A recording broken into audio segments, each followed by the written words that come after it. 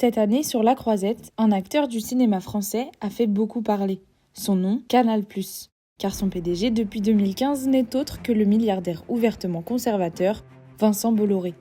Et depuis, son empire s'est largement étendu dans le milieu. Parmi les professionnels du 7e art, un protagoniste aussi puissant qui pourrait avoir un droit presque de vie ou de mort sur le cinéma français, ça inquiète forcément. C'est pour cette raison que 600 d'entre eux, dont Juliette Binoche, Swan Arlo ou encore Raymond Depardon, ont signé une tribune dans le journal Libération le 11 mai dernier, avant le début du Festival de Cannes. La pétition compte désormais près de 2700 signataires. La réponse du patron de Canal+, Maxime Sada, radicale, la création d'une véritable liste noire.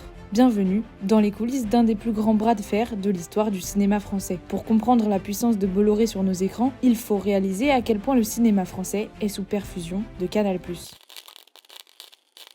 En 2015, quand Bolloré arrive à la direction de Canal+, il met en place un grand ménage, coupe dans les dépenses, personnes remplacées, tournant éditorial, avec notamment la fin des Guignols de l'info, l'effet papillon, spécial investigation et la fuite du petit journal de Yann Barthès. Et finalement, le fameux esprit Canal qui régnait depuis les années 90. Mais Canal+, ce n'est pas juste une chaîne. Après sa création en 1984, rapidement, Canal+ Productions, Studio Canal, naît pour alimenter l'antenne. 40 ans plus tard, il est le premier financeur du cinéma en Europe. En 2025, Canal+ a financé plus de la moitié des films français. Sur 228 films, 121 ont reçu de l'argent de Canal+. En tout, c'est 155,6 millions d'euros qui ont été injectés par le groupe. À titre de comparaison, le deuxième plus grand mécène France Télévisions a injecté 58,9 millions d'euros dans 61 films. Et ces financements dessinent évidemment les grandes tendances du cinéma. Cette année, à Cannes, 13 films sur les 22 en lice pour la Palme d'Or sont financés par Canal+. Soyons clairs, la plateforme ne finance pas les films pour le plaisir. En France, la loi oblige les chaînes de télé à réinvestir une partie de leur argent dans les films, et à ce jeu-là, Canal+ est le roi absolu. Un business super rentable, puisqu'en préachetant les films, la plateforme obtient le droit de les diffuser seulement 6 mois après leur sortie en salle. Pour Netflix ou France Télé, il faut attendre 15 mois. Canal n'aide pas le cinéma, il l'achète.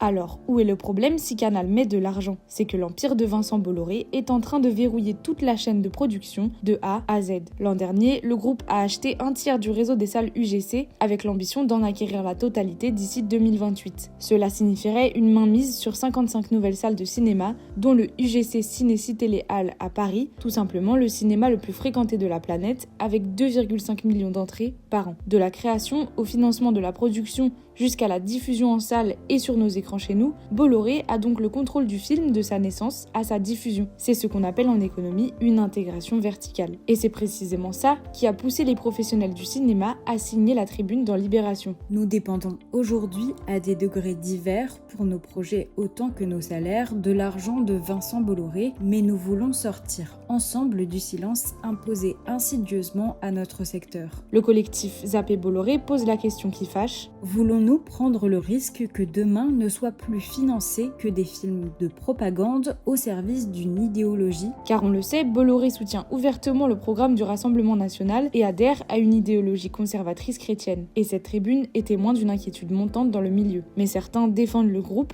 La chaîne a par exemple contribué au financement de films au sujet risqué sur lesquels d'autres producteurs avaient refusé de se positionner. On peut citer l'histoire de Souleymane de Boris Lochkin. Le réalisateur s'est d'ailleurs exprimé auprès de Libération. Mes 2 derniers films, dont l'histoire de Souleymane, c'est Canal qui en a permis le financement en le préachetant, ce que n'avaient pas fait France Télévisions ni Arte.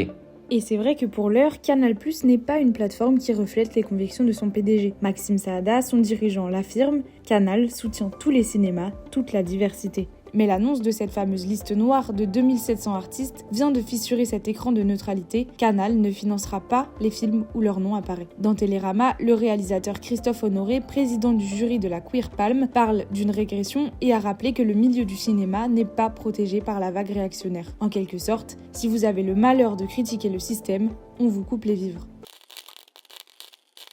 Selon le collectif Zappé Bolloré, le milliardaire opérerait un projet civilisationnel d'extrême droite, visible par exemple à travers la chaîne CNews ou le journal du dimanche. Chez Grasset, maison d'édition reliée à Hachette, la méthode Bolloré s'est appliquée quand Olivier Nora a été limogé. Bolloré paye, donc il décide, et ceux à qui ça ne convient pas sont contraints de prendre la porte. Une méthode qui pourrait se reproduire ailleurs. Faire une liste précise de tout ce que Bolloré possède prendrait trop de temps. Pour ce qui est du divertissement, le milliardaire est presque omniprésent en France. Face à cela, des appels au boycott massif inondent les réseaux sociaux. Mais est-ce seulement possible de boycotter Bolloré en France ? Regardez à quel point l'Empire s'est invité dans nos vies. Vos concerts, l'Olympia lui appartient. Votre musique, Universal Music, avec Justin Bieber, Bad Bunny ou ABBA, c'est lui. Vos soirées-jeux, le Sky Joe ou Blanc Manger Coco, c'est encore lui. Vos lectures, les éditions Hachette ou les magasins relais dans les gares, c'est toujours lui. L'Empire Bolloré, c'est une emprise énorme sur notre quotidien, notre consommation des médias ou encore le monde de la culture. Alors, le cinéma français peut-il vraiment résister à ce titan industriel dont beaucoup de personnes dépendent ? On attend vos avis dans les commentaires. N'oubliez pas de vous abonner à notre chaîne YouTube pour ne pas rater nos nouvelles vidéos.